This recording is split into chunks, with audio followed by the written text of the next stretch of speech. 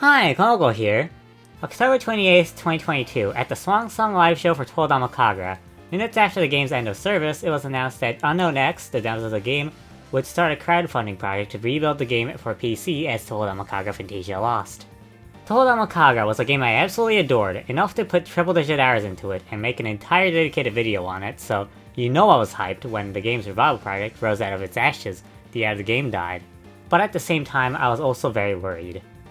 As a person who fell in love with the gameplay of Touhou Kagura, I didn't think playing on a keyboard could replicate tapping notes on a touchscreen. So did Touhou Kagura Phantasia Lost live up to its older sibling? Well, sort of. Let's talk about it. Just a little thing before we start. This game gets constant updates, so some of the things I described in the video might be outdated by the time this video comes out. I mean, there are numerous changes made just in the first month of the game, both in free mode and story mode, that fixed a lot of issues people had when the game first released. Even during the writing of the script, they kept improving parts of the game I was planning to write about. So yeah, the video might be slightly outdated by the time you're watching it. I'll just get this across right off the bat. This game isn't exactly a faithful recreation of Touhou Kagura, even if the game was kind of advertised as one.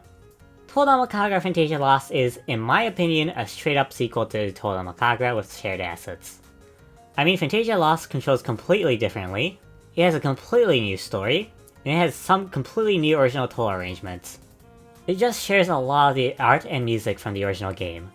Yeah, I think that's more than enough to consider this game as a sequel instead of a port/revival. As a person who has a decent amount of time in both games, I can confidently say Oujidama Kagura and Phantasia Lost are two completely different experiences. Playing one of the games absolutely doesn't mean you experience the other. The touchscreen mode update that came out alongside DLC Wave 4 did bring the game closer to the original, but at the same time, Phantasia Lost is a 6-lane rhythm game compared to the 7-lane rhythm game of Oujidama Kagura, so the beat maps are going to be slightly different to begin with. Touhou Kagura Phantasia Lost consists of two main modes, Story Mode and Free Mode. Story Mode is self-explanatory. It's a single-player campaign, while Free Mode is the rhythm game. I will talk about the Story Mode first because I have a lot to say about it. The Story Mode, I'd say, is most similar to a game like Super Mario Maker 2, of it being more of an excuse to play a fun video game more than anything. The story exists and I'll talk about it in detail later, but it's mainly just there to wrap the rhythm game and the bullet hell game in a nice little package, while still offering some unique fun elements that aren't in free mode. First thing I noticed about story mode even before the game released was the improved pacing. Weird thing to start off with, I know, but it kinda speaks volumes of how bad original Touhou Kagura was when it comes to that aspect. Oujidama Kagura, in my opinion, had the worst pacing I have ever seen in a video game. Ever. I'm not going to go in detail about it since I already talked about it in my Why I Love Touhou Kagura video, but to put it into perspective how awful it was, I played 160 hours and I at least tried to somewhat interact with the story, and things only started to finally happen in the story 150 hours in. Yeah, it sucked bad. Compared to that, Phantasia Lost's pacing is a godsend. The game is split into worlds, or locations as they are referred to as in the Touhou Kagura games, and there's a story cutscene every time you start a location and 2 whenever you finish one. Yeah, Oujidama Kagura was like this too, but now you don't have to wait literal real-life days to progress through the story. Seriously, why did that game do that? That was such a horrible idea. No wonder no one played that game's story. I've even heard people claim that there wasn't a story whatsoever in Oujidama Kagura, and I don't blame them whatsoever! Anyways, what was I talking about? Alright, the pacing in Phantasia Lost. While the pacing is a gigantic improvement over Oujidama Kagura, it just went from absolutely horrid to passable. I do have some issues with it, like the fact that cutscenes tend to get kind of long without having too much interesting stuff going on, at least until the end of the game, but a lot of video games are kind of like that, so I guess it's fine. Honestly, at this point, I think I'm just glad the game let me experience the story this time. Making an entertaining story mode for a rhythm game sounds pretty hard, but I think the way UnknownX handled this dilemma was amazing, honestly. Most rhythm games, or the very few I've played, either completely separate the story from the rhythm game or just straight up have no story whatsoever. Phantasia Lost, on the other hand, actually tries to have a fun story mode. The story mode is split into two gameplay styles, the Kagura stages, which are the rhythm game stages, and the Danmaku stages, which are the bullet hell stages. I'll talk about the Kagura stages first. The Kagura stages are the 4/6 lane rhythm game stages, so what you would probably expect out of a PC rhythm game. The notes flow from above the screen, hit the corresponding key or button when it reaches the line at the bottom of the screen. Sounds simple, right? See, the problem is now you're no longer playing on a touchscreen and instead you're playing on a keyboard or a controller. So if you're not used to this kind of rhythm game, you will have to build muscle memory before you're able to competently play the game. In my case, since my only rhythm games before Phantasia Lost were either a mobile rhythm game or a 2-button rhythm game, I basically had to start from a blank slate in terms of muscle memory. I felt like absolute garbage for the first 50 plus hours of my playtime, and only then did I start to feel some semblance of confidence. And I've only been playing on normal mode as well. So I felt firsthand how steep the difficulty floor was for Phantasia Lost compared to OG DanKagu. Now I will talk about the rhythm game itself more in detail when we get to the free mode section, so I'll talk specifically about the story mode Kagura stages, and what makes them unique. Quite a number of Kagura stages have gimmicks attached to them, and I think for the most part it's a fun way to spice up the gameplay. Most of the gimmicks affect the visuals of the game in ways that relate to the character of the stage. It felt like the character was actually affecting your game. And since they mostly don't affect gameplay, they're not frustrating at all. It was honestly quite fun seeing what new gimmicks the devs came up with next as I progressed throughout the game. Another nice change they made to Phantasia Lost story mode, that for some reason wasn't in OG DanKagu's story mode, is customizable difficulty. You can select either easy, normal, hard, or lunatic on most stages in the game. That sounds completely normal until you realize OG DanKagu's story mode forces you onto a difficulty the first time you play a stage, and you could only change difficulty once you've beaten it once. So you were stuck playing easy mode whenever the story actually made you play the game. Which barely happened, by the way. Alright, enough complaining about OG DanKagu, back to Phantasia Lost. I do appreciate the fact that the game lets you choose how easy or hard the game should be. Beginners can play on easy or normal and have a pleasant experience, while experts can play on lunatic and have a challenging experience. You guys probably already know from the customizable starting lives and Touhou video that I like customizable difficulty in video games, so this feature definitely gets a thumbs up from me. Next, let's talk about the Danmaku stages, which contrary to popular belief, was in OG DanKagu. I really don't blame anyone for forgetting it existed in OG DanKagu because of that game's awful pacing and the fact that there are very few of them at the start. I also completely forgot they existed and got jump scared by the first locked Danmaku stage in story mode after triple-digit hours of play. I generally don't know how many were even in OG DanKagu since the first locked Danmaku stage I encountered, I unlocked the day before the game died. So yeah, it barely existed in OG DanKagu to the point where I forgot to talk about it in my original review video of the game. Alright, let me talk about how Danmaku stages worked in OG DanKagu. In OG DanKagu, it's basically identical to the Kagura stages until you get to a certain part of the song, where the boss in the background activates their spell card. Then it switches to a bullet hell until that section is over, and it transitions back into the rhythm game. To sum up my thoughts on OG DanKagu's version of the stages, there was barely any indicator when it was going to switch back to the rhythm game, so that was annoying. The bullet hell gameplay was really easy since you could teleport to a spot with no bullets by tapping on the screen, and the stages felt kind of samey because 10 times out of 10 I had already played the Kagura variant of the song numerous times, and the rhythm game section was exactly the same as that version. Now that might not sound good, and that's because it wasn't, but I think I might have preferred it over how Phantasia Lost handled things. The Danmaku stages in Phantasia Lost are rough, to say the least. The game attempts to combine the rhythm and the bullet hell genres, which at first glance sounds cool, but they completely butchered the execution.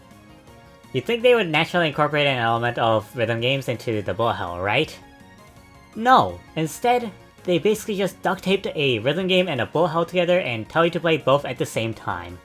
None of that even remotely sounds like a good idea. You either have to be a multitasking god, or be a four-eyed and four-armed being. Which frankly, I think, is something most people are not. If I had it my way, I would honestly just remove the rhythm games on the borders entirely. The items, the boss attacks, and the invisibility dash arrows are already timed to the rhythm of the song. They already work as a bullet hell rhythm game hybrid. Maybe you could even have it so that if you time your shot button to the beat, you do more damage. Doesn't that already sound like it makes more sense than whatever the fuck this game's doing? That's my idea of how the Danmaku stages could have been better.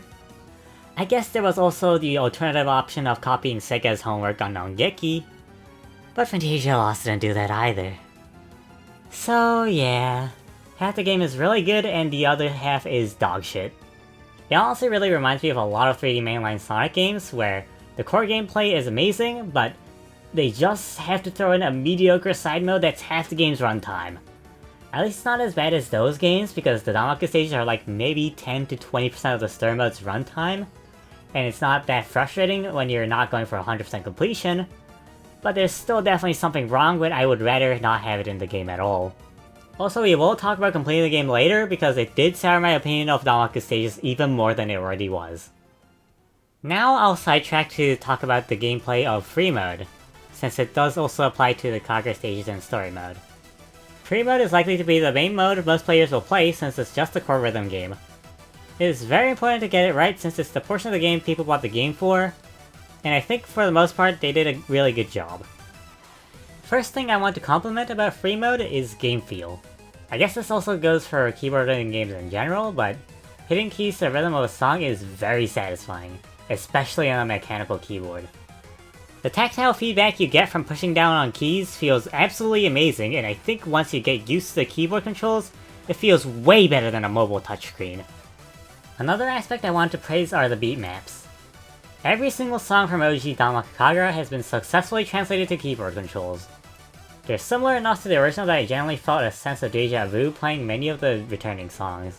Especially the ones I played over and over and am uber accustomed with. It's obvious the dev team loved the OG Danmaku Kagura's gameplay, and they did their absolute best to translate the original 7-lane gameplay to the 4/6-lane gameplay of Phantasia Lost. Now I do have some, well, not really problems, more nitpicks of free mode. Most of them relating to one thing, the difficulty. There are 4 different difficulties on each stage. Easy, normal, hard, and lunatic.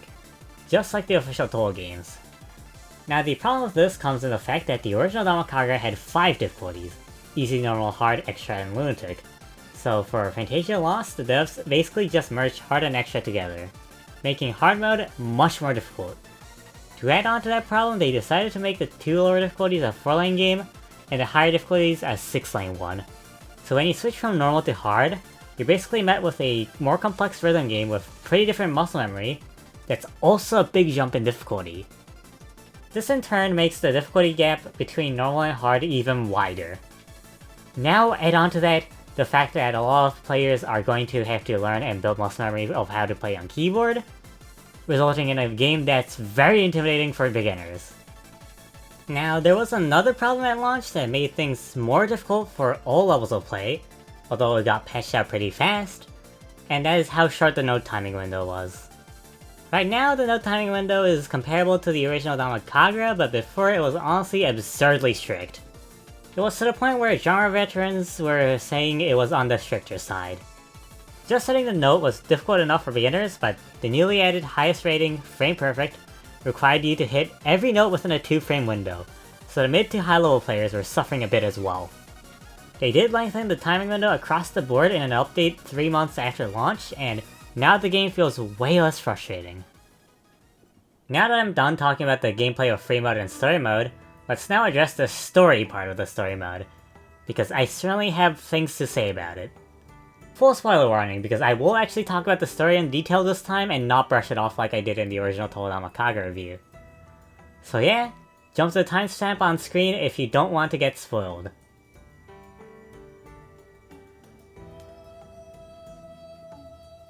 Alright, let's start my review of Touhou Danmaku Kagura Phantasia Lost's story. My opinion on Phantasia Lost's story is complicated to say the least. To put it bluntly, the story of Touhou Danmaku Kagura Phantasia Lost completely hinges on you knowing the full context of the life, death, and revival of Touhou Danmaku Kagura. No, not the story of OG Touhou Danmaku Kagura, but the real-life story of the game that was revived from the grave because of the overwhelming support from fans. Phantasia Lost story was definitely made for fans of Danmaku, which makes sense since this game wouldn't exist without them. I don't think it was a smart decision though, considering this game is going to reach a different audience compared to the original. Phantasia Lost is an international release with 3 different translations when the original Danmaku was only in Japanese, and releasing on Steam and Switch, platforms that didn't have the OG Danmaku to begin with. Phantasia Lost was absolutely going to have a new audience, so I find it pretty weird that the story doesn't really consider that fact. I'll talk about the story both with and without the necessary context, since I think those two experiences are quite different from each other, especially towards the end. The story starts with our protagonist, Reimu Hakurei, waking up in a desolated sandy wasteland with amnesia. She doesn't remember who she is, why she's here, and what happened to the wasteland around her. As she tries to figure out who she is, a floating blue fireball appears and tells Reimu her name. The blue fireball proceeds to introduce itself as Mitama, and tells Reimu who she is and that the wasteland is the reigns of Gensokyo, the world she used to live in. According to Mitama, everyone and everything turned to sand and that it was all Reimu's fault. Mitama then tells Reimu to perform the DanMaku in order to collect Mitama cards, which are crystallized memories of the former Gensokyo, that will restore Reimu's memory of the events of the Sand Sorrow incident. Mitama also tells Reimu to perform the Reigen Kaisei prayer all around the wasteland in order to rebuild Gensokyo. So begins the two's journey across the sandy wilderness to collect Mitama cards, recovering memories, and performing the Reigen Kaisei prayer, all across the land to restore Gensokyo to its former glory.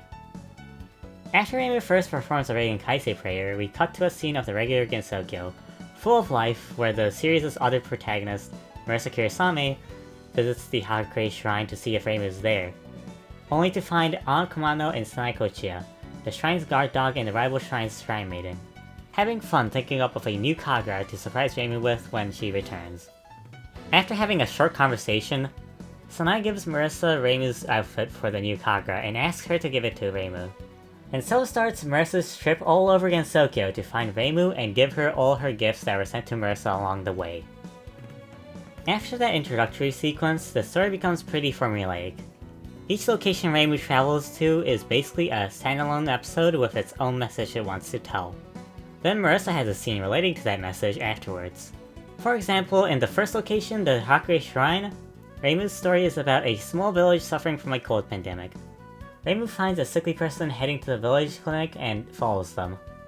Inside, she finds the place filled with sick patients and asks if there is any medicine. To that, the patients reply shouting, "Absolutely no medicine!" The villagers argued that people rely too much on medicine, and proceeded to say petty complaints towards the modern folk that use it. Reimu, fed up with all the bullshit, proceeds to shove the medicine down the villagers' throats. After a few days of nursing the stubborn nostalgists, Reimu leaves the village for her next destination. Afterwards, the villagers comment on Reimu's actions being bitter about the pain they went through, but grateful she saved the village from a potentially fatal plague.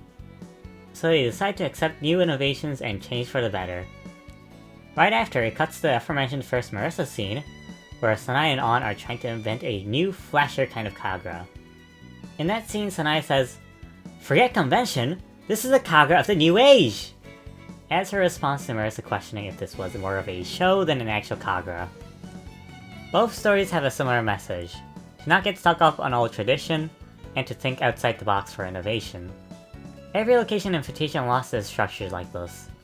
Reimu helps out random people living in the wastelands, then Marisa gets a scene talking to a character from the location with the same or similar life lesson that Reimu's side had. Now, I get what they were going for here, but I have a couple problems with how this story is structured. First is the pacing of the story. While I did praise the game for its better pacing compared to the original, I was only really talking about the pacing for the game itself, and let's be honest, anything's better than OG Danmaku's pacing. I still think the game has pacing issues, since Reimu's side of the story is really wordy, and the cutscenes go on for a long time with not much happening, which leads to me just wanting to get it over with already and play the rhythm game. No, I think the problem is more with how Reimu's story is presented, since it's most similar to an older visual novel, where it's basically just text on a background and sometimes CGI thrown in there as well. So it just becomes pretty tedious as you go further and further into the game. What kind of annoyed me is that Marissa's scenes have none of the problems I just mentioned because they're not that long and they're animated using live 2D models. Just like how OG DanKag's cutscenes worked. I get that the devs wanted to differentiate between the two stories, but couldn't they have done it in any other way? I personally think that the fact that all of Reimu's backgrounds are devoid of life and color, and Marissa's ones are filled with them, is honestly enough of a duality. What makes this problem a slight bit worse is the lack of voice acting in this game. I get it, voice acting is expensive, and it was probably out of their budget to get back the OG DanKag's voice cast without DNA's backing, so it's always going to be a bit more tedious compared to the original DanKag since you can't just listen to the dialogue. But did you really have to make a novel though? For your player base who the majority of which are children and teenagers with shorter attention spans?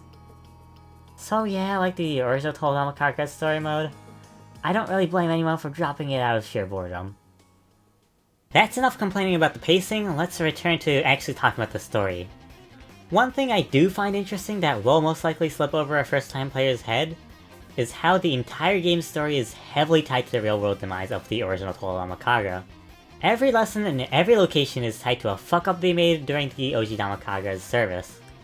The most easy to tell one is the episode from Moria Shrine in the latter half of the game. In Marissa's story there, Kanonical and Sawako, the two gods of the shrine, set up a gacha machine that randomly gives out fortune readings. I wonder what this is referencing! Yeah, I don't think it can get any more blatant than that. There is one more somewhat obvious hint about what the story is based on at the very beginning of the game, that unfortunately got lost in translation. You know the name of the incident in this game that caused everyone to turn into sand? The Sandsore incident? In the original Japanese version, it has a double meaning. In Japanese, the incident is called the Sashu Hen. Sashu, while being the word for Sansoro, also has the same pronunciation as the word Sashu, which is shortened Japanese slang for Sabishuryo, or end of service in English. So yeah, the game does pretty much tell you the death of OG DanKag does have some relation to the story right off the get-go, but only if you're playing in Japanese, that is. Since the plot frankly doesn't really move forward at all in most of the locations, I'll skip to the very end of the game. As the story progresses, Reimu recovers more and more memories of what happened during the Sandsore incident. After grasping the full context of the incident, Reimu and Mitama return to the Hakure Shrine to talk about what she remembered. The Sandsore incident started off small, with just strange trash appearing out of nowhere, but quickly escalated to things like doghouses, iron roofs, and concrete buildings falling from the sky. At the same time, village folk started going missing because of an illness that turned both humans and yokai into sand. The illness spread quickly, and within days most of Gensokyo had turned to dust. It was around then Reimu noticed holes in the barrier of common sense, the barrier separating Gensokyo from the outside world. Reimu desperately tried to fix it, but the holes just kept appearing. Even after remembering all of that, Reimu still couldn't tell why it was her fault Gensokyo was destroyed. To that, Mitama says, there was a way to stop the bad ending, but you didn't take that. You still haven't remembered the most important thing. What did that magician girl last tell you? And Reimu gets her final flashback of the game. A memory of Marissa's hand starting to turn into sand, right after Reimu refused her help. In her final moments, Marissa told Reimu, you should rely on us more. Count on us. Ask us for help! As she disintegrated into sand. After having that flashback, Reimu realizes there could have been a different outcome if she had asked for help. When Reimu finally admits that fact, countless blue particles of light flowed from her body. Mitama tells Reimu that the blue lights are the feelings of those who miss Gensokyo, and that the Mitama that's been with us the whole time is also one of them. While that may be shocking enough as is, Mitama also reveals that Reimu herself wasn't actually the Reimu that lived in Gensokyo, but a manifestation of the 6,995 Mitamas left after the destruction who wished for the restoration of Gensokyo. And that if the Reimu in Gensokyo had called for help, the Mitamas could have potentially stopped the destruction of Gensokyo. You may be asking, why 6,995 Mitamas specifically? The reason for that is because that's the exact same number of people who donated to the crowdfund for Touhou DanKag Phantasia Lost. This is the exact moment I fully realized what this story was truly about. The destruction of Gensokyo and the whole Sandsore incident was a metaphor for the death of the original Touhou DanKag, and Phantasia Lost story was based on the overwhelming amount of support the crowdfund received. Mitama states right after that there used to be many more Mitamas, but that there were only 6,995 that survived, and that they have a powerful wish to bring Gensokyo back to life. Most likely referring to the entire player base of OG Danmaku compared to the amount of people who deeply love the game enough to support the fundraiser. Now, all of this will absolutely fly over a newcomer's head, which is why I think this story only works for the die-hard Touhou Danmaku fans who stuck to the very end of that game's life. But damn it, it works so well for that demographic. As a person who is part of that 6,995 number, and spent 2 months making a video explaining why I love the OG Touhou Danmaku so much, you absolutely know my heart was all fuzzy inside here. Just the feeling of "we did this" might be pretty cheesy, but the story absolutely did wonders on me and made me quite emotional. Mitama then asks Reimu one final time if she needs their help to save Gensokyo. To that, Reimu answered yes, even though she knew doing so would cause her to disappear. "Lend me your aid, your power, work with me, answer me, help me, everyone!" Reimu shouts as the Mitamas blinded the world with a bright white light. Over on the colorful Gensokyo of Marisa's side of the story, Marisa returns to the Hakurei Shrine to place all the gifts she had received in Reimu's house. As she does so, she hears a familiar voice faintly whisper for help. She starts frantically searching where the voice came from, when, suddenly, the gifts started growing in a bright white light. Seconds later, the gifts flew off, with Marisa chasing after it. After one final Danmaku stage of Phantasia Lost's main theme, we reach the final cutscene, where Marisa seems to have lost track of the flying gifts. As she arrives back at the Hakurei Shrine, lamenting that she felt like she could have encountered Reimu if she had successfully followed them, she sees a familiar silhouette behind the paper screen doors of the shrine. Marisa, thinking Reimu had come back, opens the door, only to find a red floating fireball in her place. Marisa's confused at first as to what or why the fireball was there, but then senses a faint familiarity to it, and decides to have a chat with it. Marisa then tries to show the ball of fire the titular Danmaku. Afterwards, the red fireball calls out to Marisa, who then realizes this actually might really be Reimu. The red fireball at first introduces itself as a Mitama, but then it asks Marisa, what if it was Reimu Hakurei? What would she do then? Fully expecting Marisa to reject that reality. To that, Marisa answered so fast that the fireball couldn't even finish asking its question. "I wouldn't do anything. I don't care what you are. All that matters is you're Reimu. So answer me. Reimu, let's begin our Gensokyo." The fireball, hearing this, shines brightly as it turns back into the Reimu we all know and love, and agrees with Marisa.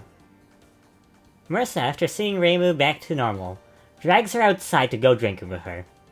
We then get this beautiful art of Reimu and Marisa at the Hakurei Shrine, filled to the brim with color and life, heavily contrasting the lifeless desert that we've been seeing the entire game, as the game rolls credits.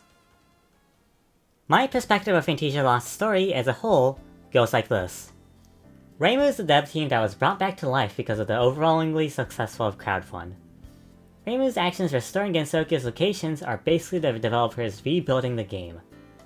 The gifts Marisa receives are the crowdfund donations themselves, and the finale of the story is the game's release to the public. Replacing the now unplayable sandy wasteland of a game, the original Touhou Danmaku, was the colorful, lively, vibrant Gensokyo of Phantasia Lost. The message this story was trying to tell is to ask for help when you truly need it. If it's something you're struggling to handle on your own, ask for help from your friends, allies, and fans. Together, you might be able to accomplish something groundbreaking. This is something I do personally struggle with since I tend to bottle up my feelings a lot, especially more personal ones, until I eventually reach my breaking point. I also have a habit of jumping into big projects alone and struggling to make any progress with them, so I might actually keep this story's message in mind from now on. The game's story I think is absolutely amazing if you're a Touhou Danmaku fan, but otherwise the only other group I could even see this story appealing to is Reimari fans, since the story is mostly a story between those two. Everyone else is probably going to be lost and confused as to why the story concludes the way it does, or why Reimu is going to random villages in the middle of nowhere to fix their problems. Hell, I was a little confused too on some aspects until I rewatched the ending of the game while writing the script. Now I think I have a satisfactory answer to what this story is about, but that's after me putting a decent amount of time into analyzing it. Touhou Danmaku Phantasia Lost story, while having pacing issues, is a story I do really like, and I don't expect many people to share the same opinion as I do. Alright, now that we've gotten past the story and the spoiler section now, I can finally talk about the gameplay again. After you beat the game, some new post-game stages will appear at the Hakure Shrine. They are Flowers That Bloomed in Fantasy, and Bad Apple Tetsuya Komuro Remix. The former song is very fitting to be a post-game unlock since that's the main theme of the OG Danmaku, and it does feel like a full circle moment. For the latter, they have a special Danmaku stage for Bad Apple that tries to replicate the famous music video. I think these are pretty cool rewards for story completion, since one thematically fits, and the other visually looks completely different from the rest of the game. Let me now talk about story mode completion and how god-awful it is. Well, before that, let's talk about the few things the story mode does get right in terms of completion. First is the Kagura stages, more specifically the Kagura stage missions. Every stage in the game has a sub-mission, sometimes multiple, stuff like having a high total combo or max combo, have less than an amount of grades or lower, or score more than a specific rank. I think most of the Kagura stage missions are pretty enjoyable, since aside from the rank requirement, they are skill-based. They actually naturally make you want to get better at the game, funneling players into the most fun aspect of a rhythm game, which is getting better and mastering a song. If these missions were the only ones in the game, I would have no complaints. The Kagura ranking missions are a little bit of a shame because they aren't exactly skill-based. That probably sounds weird since that's the entire point of a ranking system, to tell the player how good or bad they are, but unfortunately that isn't the case, at least for his story mode. In free mode, the ranking system works entirely like how anyone would expect a rhythm game ranking system would. But in story mode, it works completely differently. In story mode, the ranking and score are based on the skill and level of your equipped Mitama card, as well as what element that card is. As a carryover from the original mobile gacha game, we have Mitama cards which enhance the player with skills, like making the note timing window bigger, making it easier to clear songs by filling the groove gauge faster, increasing the amount of score you get, etc. The cards have levels to them, so the more you use them, the more powerful the score bonus becomes. There also are elements tied to every card and every stage, and the cards element has to be good against the stages element. All of this, as convoluted as it is, would have been fine if some specific missions were more lenient. Some missions later in the game require you to get either an S rank or an SS rank. That means you're going to have to grind a lot to get your scorecard of whichever element to basically the max level. The common trend of objectives that I don't like in this game is that they all come down to grinding. The Danmaku stages are much worse in this aspect as well. It's easier to name the missions I thought were fine, honestly. I didn't like any of the missions aside from the boss clear ones. Even that one requires some grinding, but that one's basically just playing a bullet hell. The rest requires some sort of grinding and are absolutely painful. I would be here forever if I named all of them I didn't like, so I'll talk about the ones that pissed me off the most. Since I've already complained enough about the rankings, first I'll talk about the score item missions. These are different from the ranking missions. They only count the score you get from score items. The bad aspect of this mission is the fact they didn't tell you how many score items you had gotten until an update several months later. Also, the game doesn't clarify if the missions were for the number of score items, or the number of score you get from the score items. I'm honestly still not sure. Please someone tell me in the comments which one it actually was. The worst one, in my opinion, is the Mitama card collecting. During the Danmaku stages, there's a chance of a Mitama card dropping. Let me repeat, there's a chance of a card dropping! Instead of putting the cards at a specific hard-to-reach area, and trying to actually make the card collecting fun, they made it mostly luck-based. The grinding missions and luck-based card collecting combined made me pretty much give up on completing this game. There is one saving grace though, when it comes to card collecting, and that is the DLC stages. If you have bought any of the DLC packs, stages for the DLC songs will appear in the appropriate location for the song. DLC Pack Volume 2 also comes with an entire new location as well. How does this relate to card collecting? Well, all the cards were taken from the OG Danmaku, including the ones that went unused because of the game dying. There are no new cards that are made for Phantasia Lost. And since all of them are already in the base game, the DLC stages have to share some of them with those stages. Which means you now have an alternative way of getting some of the luck-based cards. Well, that's nice and all, that's only just a band-aid fix for the actual problem. The fact that the Danmaku stage card collecting is not fun whatsoever. I definitely do appreciate the fact they added an additional location, Senkai, in the DLC though. I wasn't expecting it at all. I expected them to only update free mode since that's going to be the mode most people are going to play, but I'm pleasantly surprised. It's the location that almost half of my favorite characters come from as well, so you know why I was joyful about it. You can unlock Satomi no Miko as a playable character there as well, and you know I was absolutely elated to find that out. The additional DLC location gets a thumbs up from me. I hope they do more of these new locations in the future. Since we're talking about game completion, I'll just quickly mention the achievements. Most of them you'll probably get naturally by trying to complete the game, but there are some you'll have to go out of your way for. First is the achievement Chain of Peaks, which requires you to get 10 Mitama cards to the max level. Yes, it's more grinding. Honestly, you'll probably be forced to max out like more than 5 cards anyway, to even have a chance at some of the harder stage missions, so it doesn't seem as unrealistic as it should be. Grinding still sucks though, and this achievement requires a lot of it. Second is the achievement Kagura Fever, which requires you to clear 30 hard stages. I think this achievement is a nice incentive for the player to challenge the harder difficulties of 6 lanes. The fact you don't have to full combo them is pretty nice too. This achievement gets a thumbs up from me. Last but not even slightly in the least, is the achievement Not Too Shabby. This achievement requires you to beat the song We Are Now Next on the hard or higher. For those of you who don't know, We Are Now Next is arguably the hardest song in the game, both in OG DanKaG and in Phantasia Lost as well. It was infamous because it was the last song added in OG DanKaG with less than a month left in its life, and it was the hardest song in the game by a long shot. It came out so close to the end that I couldn't even talk about it in my review of the game. Thematically, I thought it was a very appropriate swan song, since the development team behind DanKaG were named after the song Unknown X. Difficulty-wise, what the fuck? I am dumbfounded that at least 2 people all brillianted the song before OG DanKaG shut its doors. You have to beat that ultra difficult song that I've heard is even harder than Phantasia Lost, on the difficulty of either hard or lunatic. It took me a lot of time to even clear it on normal mode. It's really that hard. The Not Too Shabby achievement is definitely a final test of absolute skill. Before I wrap things up, I want to quickly mention the aspects of the original TouhouProject that didn't return in Phantasia Lost. I've already mentioned the lack of voice acting, which feels really weird since Marissa's cutscenes look exactly the same as the ones in OG DanKaG, but I understand that voice acting is expensive. I can't even begin to imagine how much money recasting the all-star cast from OG DanKaG would have cost. I guess I can make the excuse that not having voice acting is truer to the official Touhou games in this aspect. Although Aqua-style's other games like the Games of Wonder series have voice acting, so Next, we have the removal of the Hakunia mode. Honestly, thank god.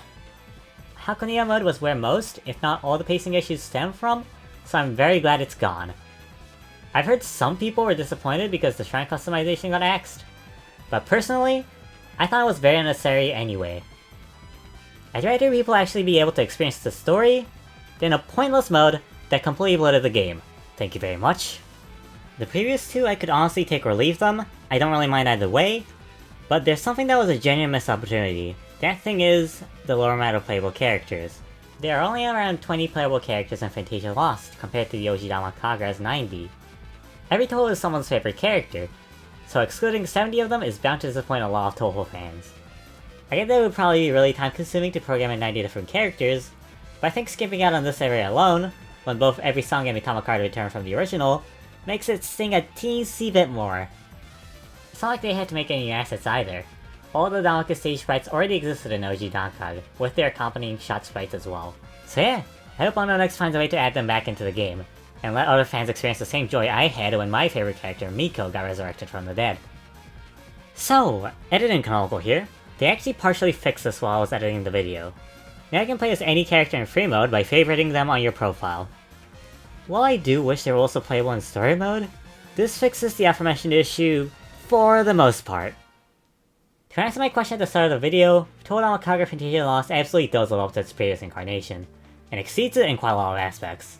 But I think at the end of the day, it is a completely different entity from the original Touhou Kagura. I don't think anything will replace the feelings and memories I had with that game. I started the OG DanMaku barely having any exposure with the rhythm game genre, and Touhou in general to be honest. Discovering the love I had for both was truly a one-of-a-kind magical experience. Now that it's been gone for a while, I've realized how much I really did treasure my memories with the OG DanMaku, and how sorely I actually missed it. But it's not good to dwell too much on what's past, and now it's time to look at the blindingly bright and vibrant future of Phantasia Lost. Touhou Phantasia Lost is an excellent rhythm game that I'd also say has a pretty fun story mode to boot. The game does have some problems, such as the Danmaku stages feeling very clunky, the pacing of the story while being much faster than the OG Danmaku is still pretty slow, the surprisingly high skill floor, grindy luck dependent completion, and the exclusion of some aspects of the original Touhou Kagura. But what is there is truly special. The rhythm game portion I have no problems with, maybe a few nitpicks here and there, but that's about it, and nothing that can't be fixed in an update. The story while it has some problems and I feel it could potentially be divisive, I absolutely loved. The story mode itself is fun, and the gimmicks make the game feel varied enough to not get dull for its entire runtime. While I do have a few problems and nitpicks, quite a number of them I can see Unonex fixing sooner or later. Or hell, maybe some already have been fixed by the time you're watching this video. Unonex have already proven themselves by ironing out a lot of the game's problems, and have promised a lot of content updates down the line. So yeah, I still can't believe I get to say this. Welcome back, Touhou Kagura. I can't wait to see the bright future ahead of you.